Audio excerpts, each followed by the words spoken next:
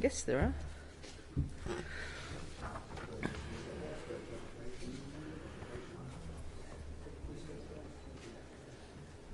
We good to go? Yes, but I don't need it right now. I can follow you. Thank you very much, ladies and gentlemen, for joining us here in Melbourne this evening. And let me start by thanking my friends and counterparts. India's External Affairs Minister Jaishankar, Japan's Foreign Minister Hayashi, and US Secretary of State Blinken, for what has been a very substantive and productive Quad Foreign Ministers meeting here in Melbourne, our fourth. Let me start also by acknowledging the traditional owners of the land on which we are meeting this evening, the Wurundjeri people, and pay my respects to their elders past, present and emerging. Today, the Quad foreign ministers have reaffirmed our support for the principles of openness, the protection of national sovereignty, and the observance of rules and fair play. Our region is in a period of rising strategic uncertainty. The rules and norms that have provided a foundation for our stability and hence our prosperity are under pressure, in particular from authoritarian regimes. The Quad is a grouping with a positive and ambitious agenda. We continue to support the centrality of ASEAN, including to advance practical implementation of ASEAN's outlook on the Indo-Pacific. The Quad has made practical commitments, and we're delivering on them.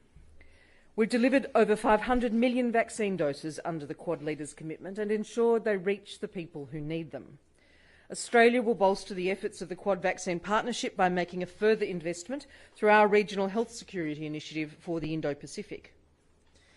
Australia, in our actions, works to support a world order that favours freedom, where rules, not power and coercion, resolve disputes. Today in Melbourne, our overarching focus was on the Indo-Pacific. We agreed to strengthen Quad cyber and counter-terrorism cooperation, including by coordinating efforts to address the threat of ransomware. We discussed humanitarian and disaster response and vital infrastructure delivery, which is climate adapted and climate resilient in consultation with our partners. We agreed to boost maritime security support for Indo-Pacific partners to strengthen their maritime domain awareness and ability to develop their offshore resources, to ensure freedom of navigation and overflight, and to combat challenges such as illegal fishing. I'm delighted that Japan has offered to host the next Quad Leaders Summit in the first half of 2022. Let me finish my remarks, and I'll ask my colleagues to indulge me just for a moment. Many of you will know that today was the holding of the State Memorial Service for the passing of a former Australian Foreign Minister and leader of my Parliamentary Liberal Party, Andrew Peacock.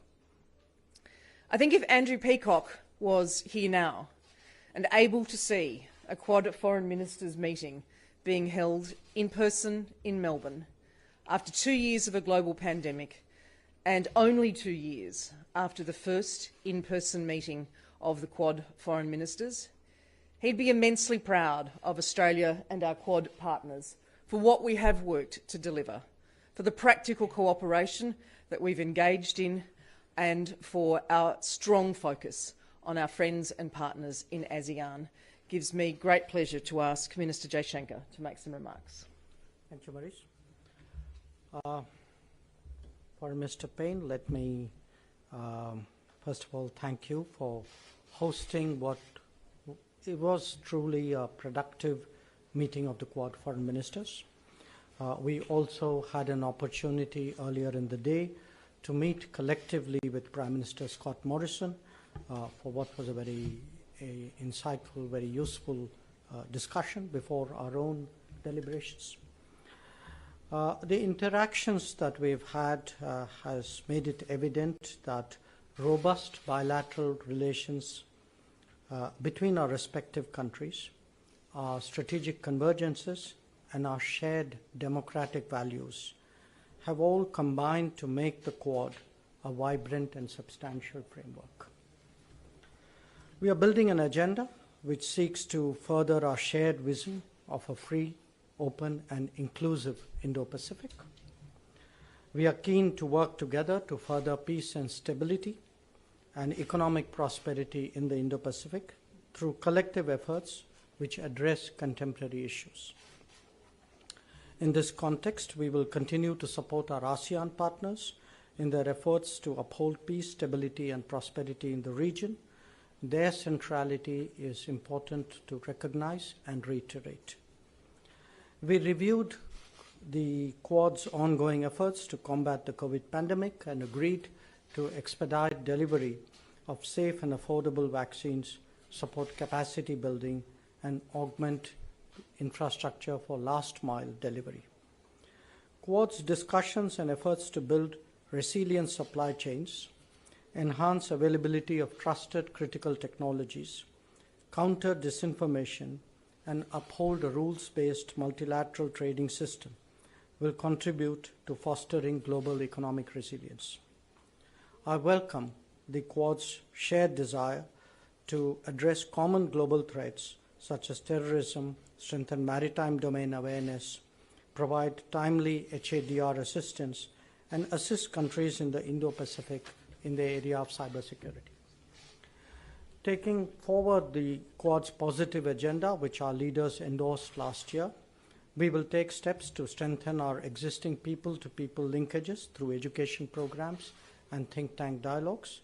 As we conclude this very timely and valuable interaction, we will work together to give shape and substance to the Quad's positive agenda to make it, in the words of my Prime Minister, Narendra Modi, a force for global good. Once again, I thank the Government of Australia, and in particular, my friend Murray Spain, for the warmth, hospitality, and excellent arrangements for our visit and meetings. Thank you very much, Minister, and let me ask Minister Hayashi to make some remarks, please. マリーズありがとうございます。まずは本会合の実現にあたって協力いただきましたすべての関係者の皆さんに感謝を申し上げたいと思います。前回の外相会合から1年が経って私自身として初めてここにいる3人の友人と一堂に会したわけでありますが、やはり対面だからこそ幅広い議題や協力について極めて率直に意見交換ができたというふうに考えております。改めて価値観を共有をする4カ国の連携の重要性、これを身をもって感じることができました。この後の夕食会でも打ち解けた雰囲気の下で信頼関係をさらに深めていきたいというふうに考えております。我々取り巻く国際情勢は極めて流動的であります。現在ウクライナ情勢は緊張が増しており、その解決に向けた外交努力が活発化しております。一方でインド太平洋地域では北朝鮮による核・ミサイル活動、東シナ海、南シナ海での一方的な現状変更の試み、ミャンマー情勢など喫緊の課題が山積をしております。まさに外交の力が問われている時だというふうに思っております。そのような時だからこそ、我々4カ国の外交当局の責任者が、直接会って共有するビジョンである自由で開かれたインド太平洋の実現に向けた強固なコミットメントを再確認して、実践的協力をさらに進めていくことで一致できたということは、極めて時宜を得た意味のある成果だと考えております。岸田政権としても、自由で開かれたインド太平洋の実現を引き続き重視し、そのための具体的な取り組みをさらに強化をし、加速化していきたいというふうに考えております。本日の議論では、ワクチンパートナーシップをはじめとする首脳レベルですでに一致をいたしました協力分野での作業をしっかり後押ししていくことを確認をいたしました。その上で海洋安全保障、人道支援、災害救援、テロ対策、人的交流など、過去3回の外相会合で積み上げてきましたさまざまな実践的協力をさらに深めていくことで一致をできました。本年前半に日本で開催予定の日米豪印首脳会合に向けたモーメンタムを一層高めることができたというふうに考えております。この流れを一層確実なものにし、日米豪印がこの地域にとって利益となる協力を幅広く展開していけるよう、引き続き外相間でも緊密に連携していきたいと考えております。ありがとうございました。Thank you very much, Minister Hayashi. Secretary of State. Maurice, thank you so much. Thank you for the incredible hospitality. Thank you for bringing us here to Australia and for bringing us here to this wonderful city of Melbourne. It's been truly a delight to be able to spend a little bit of time in the city as well as in our meetings. And to you, Maurice, Jai, to you and to Yogi, friends, colleagues, I'm so grateful for the extremely productive discussions that we've had today. In fact, we were speaking a few moments ago, and the incredible range of things that we covered, we could have spent the entire time on any one of them, but I think it goes to the richness of what we have before us as democracies united in advancing a very affirmative vision for the future. Back in December, I was in Jakarta, and I set out the United States' vision for a free and open Indo-Pacific, which, more than any other region, will shape the trajectory of the 21st century. We talk about a free and open Indo-Pacific a lot. It's worth spending just a second on what that actually means to us, and it's a shared meaning. It means people will be free in their daily lives and live in open societies. It means the countries will be able to choose their own path and their own partners. It means that goods, ideas, individuals will flow freely in the region, and that problems will be dealt with openly, according to the rules of the road that everyone has agreed to. We believe the only way to make that vision a reality is to deepen our engagement with allies and partners who share it. And that's exactly what the Quad is all about. As Indo-Pacific countries, as democracies, as nations who understand how important it is to uphold the international rules that have provided the foundation for decades of shared security and prosperity, it's in our interest to do more together. Returning to the region now, even as we continue to work relentlessly to try to resolve the crisis in Ukraine brought about by Russian aggression, and to do that through diplomacy and deterrence. But being here now, even in the midst of that, I think only underscores our commitment to staying focused on the Indo-Pacific. And indeed, these efforts are part of one whole. One of the reasons we're working so intensely to defend the core principles threatened by Russia's aggression toward Ukraine is because those very same principles are crucial to enduring stability in this region and every other part of the world. This visit also underscores our commitment to not only meeting the pledges that the Quad has made, but also finding new ways to leverage our unique and combined strengths. And let me just quickly highlight a few that we discussed today. We will keep working to produce 1 billion doses of safe, effective COVID-19 vaccines by the end of this year, and to donate 1.2 billion additional doses, while increasing our efforts to support the logistics, the infrastructure that's needed to get those shots into arms around the world, the last mile. Each of the Quad countries will play a key role in a meeting that we're convening on Monday on a COVID-19 global action plan, which will drive greater leadership and coordination across regions and sectors to end the pandemic. We'll enhance our collaboration on disaster response and humanitarian assistance, as you've heard. We're doing that right now in the case of the Tonga volcano eruption. We'll strengthen our cooperation on maritime security, both to combat challenges like illegal, unregulated, unreported fishing, and to ensure freedom of navigation and overflight across the region, including in the South and East China Seas. We've agreed to deepen our efforts to shape the rules and standards around emerging technologies, cybersecurity, which will increasingly touch on all aspects of the lives of our fellow citizens. We'll expand our cooperation with other partners, like ASEAN, whose centrality to the region is enduring, APEC, which the United States will host next year, and in the Pacific Islands.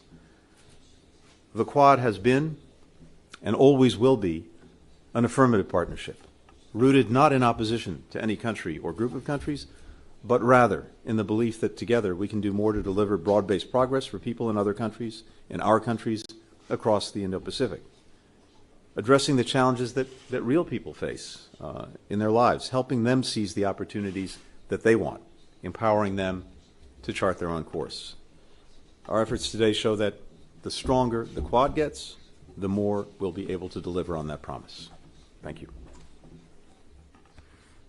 Thank you very much, Tony and Jay and Yogi, for those remarks. I have 4 questions to take from the assembled members of the media, and the first name I have on the list is Pablo Vinales from SBS. I can't see you though. Oh, there you are. I'm sorry. The lights were... Thank you, Minister. Pablo Vinales, SBS World News. Minister Payne, on the crisis in Ukraine, are you able to elaborate what came of discussions today? And to Mr Secretary, you've been quoted as saying, do you expect Australia to contribute imposing massive costs on Moscow should Russia invade? What would that look like? Do you foresee Magnitsky-style sanctions as part of that? Thanks, Pablo. And consistent with the statements the Australian Government and I have made previously, I've reiterated our very deep concerns about the Russian military build-up on Ukraine's border, and again reiterated on calls that we have made to Russia to participate constructively in diplomatic efforts, many of which are us being strongly led by Secretary Blinken and the President of the United States. I've also reiterated Australia's strong support for Ukraine's sovereignty and territorial integrity, and that we will continue to support our allies and partners to deter this sort of aggression and to raise the costs of this kind of behaviour. Tony. Thank you, Maurice. Two things. We have been pursuing a dual-track approach to the challenge posed by Russia and the forces that it's massed, unprovoked, along Ukraine's borders. Diplomacy and dialogue. We would strongly prefer to resolve the differences that we have through diplomacy, through dialogue. That is the responsible way to do things. We've made every possible effort to engage Russia, to look at the concerns that it's raised, to share concerns that we have, that European partners and allies have, to see if we can't find ways to advance collective security on a reciprocal basis. But at the same time, we've been very clear in building deterrence and building defense, and making it clear to Russia that if it chooses the path of renewed aggression, it will face massive consequences. A number of countries have made this clear as well. All of the G7 countries came together, the world's leading democratic economies, to make clear that massive consequences would follow from renewed aggression. So did the European Union. So did NATO. And working with allies and partners not only in Europe, but around the world, including Australia, we have been putting together exactly what those consequences would entail, including economic, financial sanctions, export controls. We're as well committed to continuing to build up the defensive capacity of Ukraine, as well as reinforcing the defenses of NATO if Russia renews its aggression. But let me just take 1 second to share why what may seem to be half a world away from here matters here in Australia, in the Indo-Pacific. And as I mentioned a few minutes ago, what's at stake is not simply, as important as it is, Ukraine's territorial integrity, its sovereignty, its independence, but very basic principles that have, in a hard-fought way after 2 world wars and a Cold War, undergirded security, peace, and prosperity for countries around the world. Principles like one country can't simply change the borders of another by force. Principles like one country can't simply dictate to another its choices, its policies, with whom it will associate. Principles like one country can't exert a sphere of influence to subjugate its neighbors to its will. If we allow those principles to be challenged with impunity, even if it's half the world away in Europe, that will have an impact here as well. Others are watching. Others are looking to all of us to see how we respond. So that's why it's so important that we have this solidarity, that we do everything possible through diplomacy to try to avert a conflict and prevent aggression, but equally to be resolute if Russia renews its aggression. Thanks, Tony. The next question is from Stephen Jedgetts from the ABC. Thank you, Minister. Can I ask, on Myanmar, what discussions were had by you today on the crisis in Myanmar? And can I ask you, please, Secretary, the United States has obviously imposed fresh sanctions on Myanmar. That is not something that's been done by your other Quad partners. Does the United States believe that other countries in the region, including your Quad partners, should at least contemplate the step of concerted sanctions on Myanmar to increase pressure on the junta? Thank you. I'm happy to start. We did discuss Myanmar today, and look, I think it is painfully obvious that the developments there are deeply, deeply troubling, and deeply troubling to all of us. We've seen the junta double down on repression, on violence. We just had the 1-year anniversary of the coup and the junta taking over. I met with some democracy activists just a week ago by video in Washington, and heard again firsthand what's happening inside of Myanmar. We very much support the ASEAN 5-point consensus. We need to see it implemented. This is something President Biden is going to focus on in the near future when he hosts the ASEAN leaders in Washington. From my perspective, perspective of the United States, implementing the 5-point consensus, making sure humanitarian assistance can get in, making sure that arms stay out, and engaging the democratic forces in Burma are the things that we need to pursue together. I don't purport to speak for my colleagues, but I can tell you we had a robust discussion, and the concern is widely shared.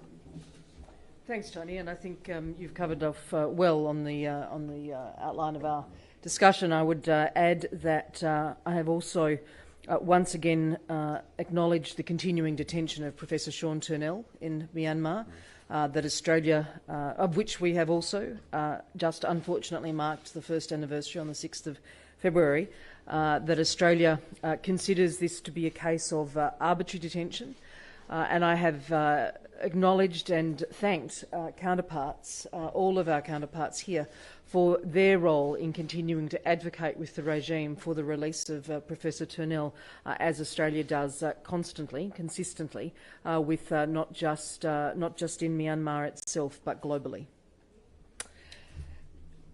Yes, of course, Jay. I think we are all agreed on the importance of the democratic transition which was underway in Myanmar, and clearly the fact that the country has moved in a different direction is something which troubles all of us. We all, I think, also very strongly back the ASEAN position on Myanmar and their efforts to engage. But where we are concerned, India is concerned as an immediate land border neighbor, we have some very specific concerns on Myanmar, which also guides our thinking. Concerns about insurgents operating there, who some months ago, killed a very senior military officer and his family. Concerns about the COVID and the lack of vaccination on our common border. Concerns about a humanitarian situation which is arising from food shortages. So I think those are also concerns which we take into account, and where we are concerned, we don't follow a policy of national sanctions. ありがとうございます。すでに、お話があったところですから重複する部分もございますが、ミャンマー情勢、については現状への重大な、懸念を表明するとともに暴力の停止、そして拘束者の解放を呼びかけ、民主的な体制の早期回復の必要性、これを確認をいたしました。また完全な人道アクセスへの確保を呼びかけ、トニーからありました ASEAN の5つのコンセンサスの早期実施の重要性でも一致をしたところでございます。さらには ASEAN による取り組みを支援して、引き続き日米豪印を含む国際社会が連携して、ミャンマー情勢に対応していくことで一致をしたところでございます。ありがとうございます。Thank you very much, Yogi. The next question is from Daiki Maeda from Kyodo News. Thank you. 共同通信の前田と申します。中国に関する議論についてお伺いをします。東シナ海や南シナ海などインド太平洋地域における中国の軍事的な経済的な行動に関してですね、4カ国外相でどのような議論をなさったでしょうか。また台湾海峡の平和と安定の重要性について4カ国外相で認識を共有できたでしょうか。林大臣がどのように会合で訴えたかについてお伺いをします。はい、ありがとうございます。本日の会合では、自由で開かれたインド太平洋のビジョンを共有する、友人同士であるからこそのかなり率直な議論を行うことができたと思っております。地域情勢について議論する中で、東シナ海、南シナ海情勢については、私から力を背景とした一方的な現状変更の試みについて、深刻な懸念を表明をいたしました。4カ国の外相で、国連海洋法条約を含む、国際法、これをはじめとする、ルールに基づく海洋秩序への挑戦に対抗するため連携していくということで一致をしたところでございます。また台湾についても議論がありまして、各国から基本的立場につき言及があり、我が国からは台湾海峡の平和と安定が重要であるという旨述べさせていただきました。地域全体の平和と繁栄を保障し、国際社会全体に貢献するため、日本としては自由で開かれたインド太平洋の実現に向けて、法の支配に基づく秩序の構築を今後もリードしていこうと思っております。本年前半に日本で開催される日米豪印首脳会合は、この取り組みをさらに確実にするためのものだと考えます。各国ともこの成功に向けて一層コミットメントを確実にしていく、このことでも一致をしたところでございます。ありがとうございます。Thank you, Yogi. And the final question this evening is from Jennifer Hansler at CNN. Thank you. Mr. Secretary, today the State Department issued a new security alert for Ukraine calling on American citizens to leave now. What changed that made you issue this new security alert? If it's so dangerous, why don't we see more Europeans also issuing the same kind of alert? And are you planning to put the U.S. Embassy in Kyiv on ordered departure, and if so, when? And then for all of the foreign ministers, Russia and China recently released a lengthy pact pledging no limits to their cooperation. How concerned are you about this pact? Is there consensus on this concern from the Quad? And did you discuss specific plans to counter this partnership? Thank you. Simply put, we continue to see very troubling signs of Russian escalation, including new forces arriving at the Ukrainian border. And as we said before, we're in a window when an invasion could begin at any time. And to be clear, that includes during the Olympics. We're continuing to draw down our embassy. We will continue that process. And we've also been very clear that any American citizens who remain in Ukraine should leave now. Thanks, Tony. And perhaps if I start, what we have been doing in the Quad context since our first in-person foreign ministers meeting in September of 2019 through the leaders summits of 2021, both virtual and in person, and again with this meeting, is working together as partners in pursuit of a regional and global order that is based on the rule of law. The Quad is not about what we're against, it's about what we're able to do. It's about constructive partnerships and what we are for, and we are for freedom and openness and transparency, freedom from coercion, and the opportunity for states to preserve and protect their sovereignty and their territorial integrity. Where we see the sort of statement that was issued by the presidents after their bilateral meeting, it is concerning because it doesn't present or represent a global order that squares with those ambitions for freedom and openness and sovereignty and the protection of territorial integrity. And so we'll continue to ensure that our contributions are about stabilising the rules-based order, are about contributing to security and stability and prosperity. And that is one of the great values of the discussions that we have had today on every single subject that we have canvassed. Jay. Well, I'd just add that, as my colleagues have observed, we are for something, not against somebody. And a lot of our discussions took off from where the Leaders' Summit left off. They identified a number of areas where if the four of us cooperate practically and efficiently, I think the world would be a much better place. 地域情勢について議論する中で、ウクライナ情勢についても議論を行いました。日本としては、ウクライナの主権及び領土の一体性を一貫して支持してきておりまして、引き続き国際社会と連携して、適切に対応していきたいと考えております。ありがとうございます。Thank you. Thank you very much, Yogi. Can I thank you, ladies and gentlemen? I know this has been a media conference late in the day, but I do very much appreciate your attendance and your contribution here this afternoon, this evening, and may I once again thank my colleagues for such a productive and collaborative meeting. Thank you.